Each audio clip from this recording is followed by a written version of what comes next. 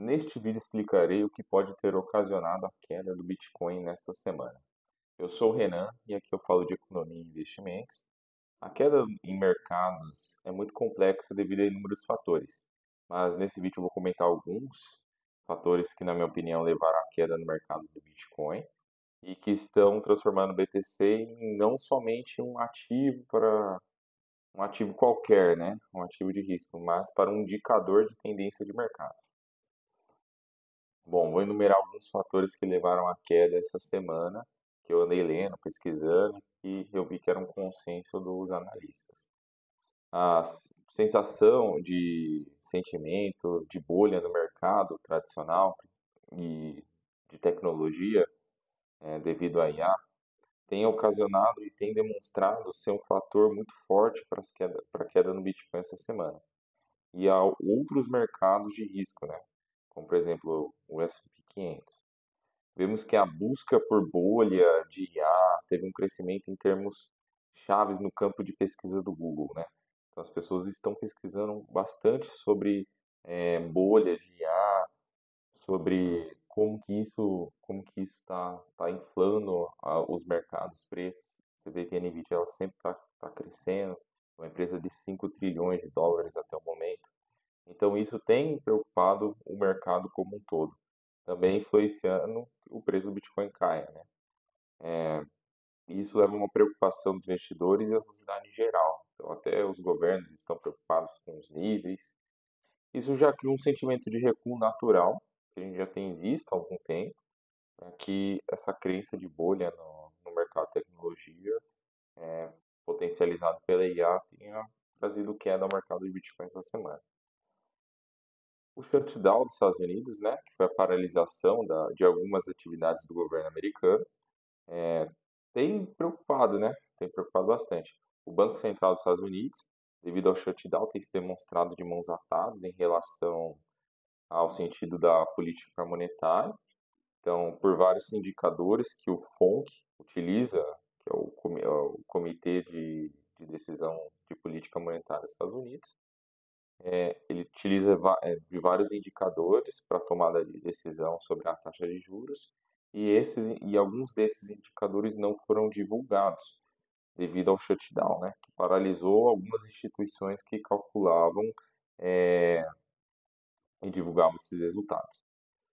Isso torna a decisão da taxa de juros muito arriscada para ser tomada, e tanto para manter a taxa de juros como para baixá-la, como era esperado para o mercado.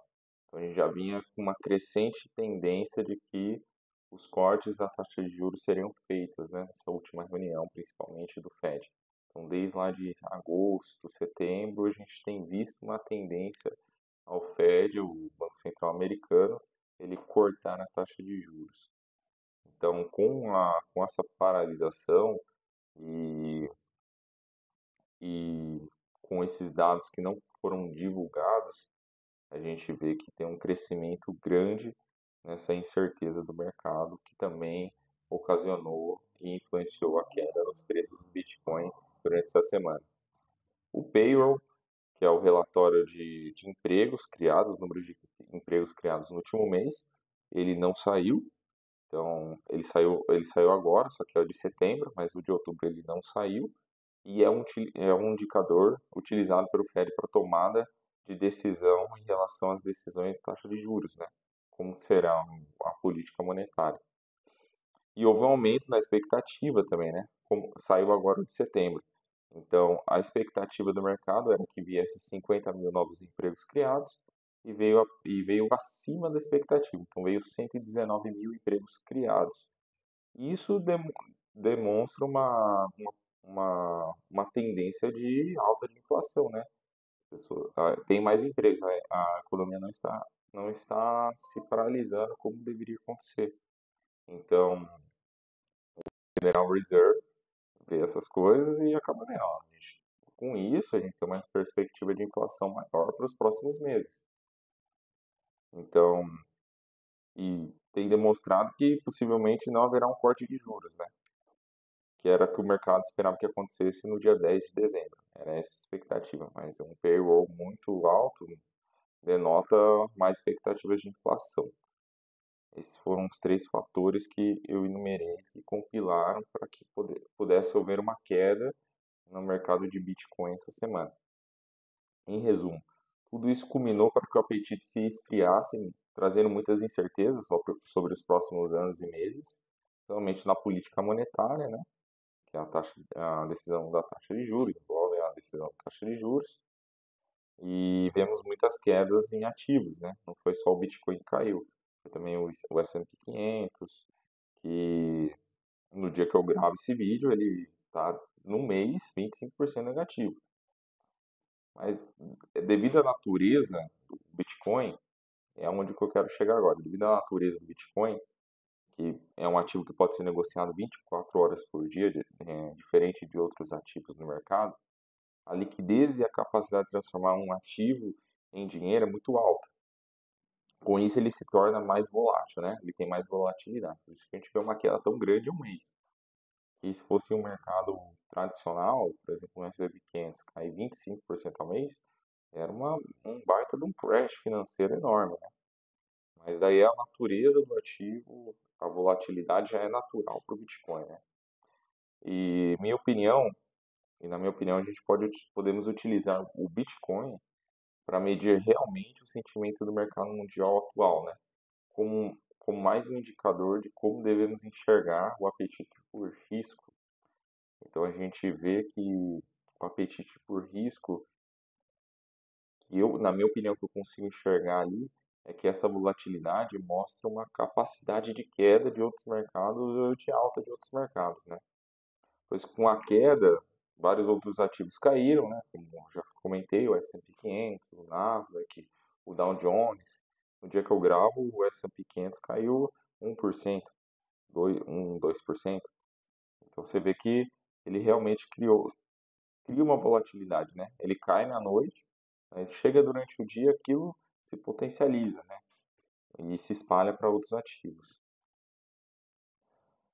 Quando temos tantas notícias ou rumores, como esses três fatores que eu enumerei, então a gente tem bolha de ar, tem shutdown, tem payroll, podemos ver que o primeiro ativo a reagir a essas informações tem sido o Bitcoin. Por isso que eu falei, né, no começo do vídeo, que a gente pode ser, com a maturidade, o Bitcoin ele se transforma em um indicador prévio, né, de como que os mercados vão reagir. Minha opinião agora, né? Podemos ver uma tendência, um real impacto em termos percentuais, né, nos mercados mais envolvidos, podendo chegar a ficarem negativos, né? Como tem acontecido com o S&P 500, então o Bitcoin ele cai bastante, o S&P 500 vem em seguida. Por exemplo, vamos pensar, quando a gente tiver uma maturidade do mercado Bitcoin maior, né? Mais prazos, de histórico, de negociações e tudo. O BTC cair 5% na madrugada. Provavelmente, quando os mercados estiverem mais maduros, o S&P 500 pode cair 1, 2% durante a abertura do mercado. Então, ele abre lá hoje às 11h30 da manhã, caiu até às 11h30, caiu 5% do Bitcoin. Quando abriu o mercado, o S&P 500 cai 1, 2%. Claro que essa correlação, para estar correta, a gente precisa levantar dados e ter mais maturidade no mercado Bitcoin, principalmente. Mas acredito que estamos caminhando para isso, principalmente com a entrada de ETFs, tudo. Até saiu uma matéria interessante que fala que o preço médio por Bitcoin desses fundos de índice, os ETFs, eles têm um preço médio de Bitcoin por Bitcoin de US$ 80.000.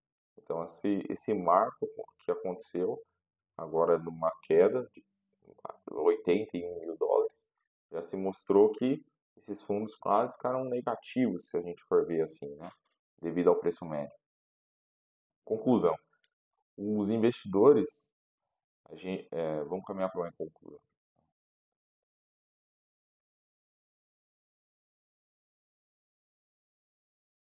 Vamos caminhar para uma conclusão. Os investidores estão com medo neste momento, devido ao elevado impacto de várias notícias ao mesmo tempo. Então, a gente teve bolha de IA, shutdown, payroll.